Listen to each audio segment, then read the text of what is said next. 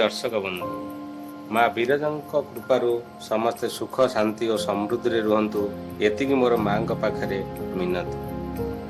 ମା ନାମ ଅମୃତ ସମାନ। ଆମେ ସମସ୍ତେ ଅମୃତର ସନ୍ତାନ।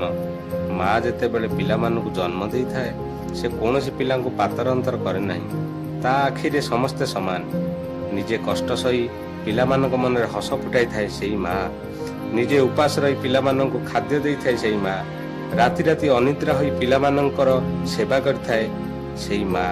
ମା ହେଉଛି ଦୟା, କ୍ଷମା, ସେବା ଓ ସହନଶୀଳତାର, ତ୍ୟାଗର ମୂର୍ତ୍ତିମନ୍ତ ପ୍ରତୀକ।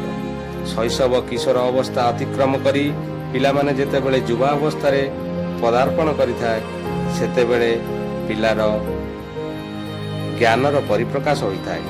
ବିବାହ ବନ୍ଧନରେ ବାନ୍ଧି ହୋଇ ଅନେକ ପିଲା ମାର ତ୍ୟାଗକୁ ଭୁଲି ଯାଇ ବାଟବଣା ହୋଇଯାଇଥାନ୍ତି। ତଥାପି ସେ ସେମାନଙ୍କ ପ୍ରତି ମାର ସ୍ନେହ, ଶ୍ରଦ୍ଧା, କରୁଣା ଊଣା ହୋଇନଥାଏ। ଯେତେ ଖାଇଥିଲେ ମଧ୍ୟ ମା କହୁଥାଏ, ମୋ ପୁଅ ଶୁଖିଗଲାଣି, ନ ଖାଇ କଣ୍ଟା ଦେଖାଗଲାଣି। ପୁଅ ଯଦି ଝୁଣ୍ଟି ପଡ଼େ ମାକୁ କଷ୍ଟ ହୋଇଥାଏ। ପିଲାମାନଙ୍କ ପାଇଁ ମା ନିଃସ୍ୱାର୍ଥପର ଭାବେ ସେବା କରିଥାଏ। ମା ସବୁବେଳେ ପିଲାଙ୍କର ଖୁସି ଦେଖିବା ପାଇଁ ବ୍ୟାକୁଳ ହୋଇଥାଏ। ପିଲାମାନେ ହେଉଛନ୍ତି ମାର ଜୀବନ। ଆଜିର ଏ ସମାଜ ମାର ସେବା ଓ ତ୍ୟାଗକୁ ସର୍ବଦା ମନେ ରଖିବା ଓ ମନେ ପକାଇବା ଉଚିତ। ମାକୁ କେବେ ବି ଅବହେଳିତ କରନ୍ତୁ ନାହିଁ।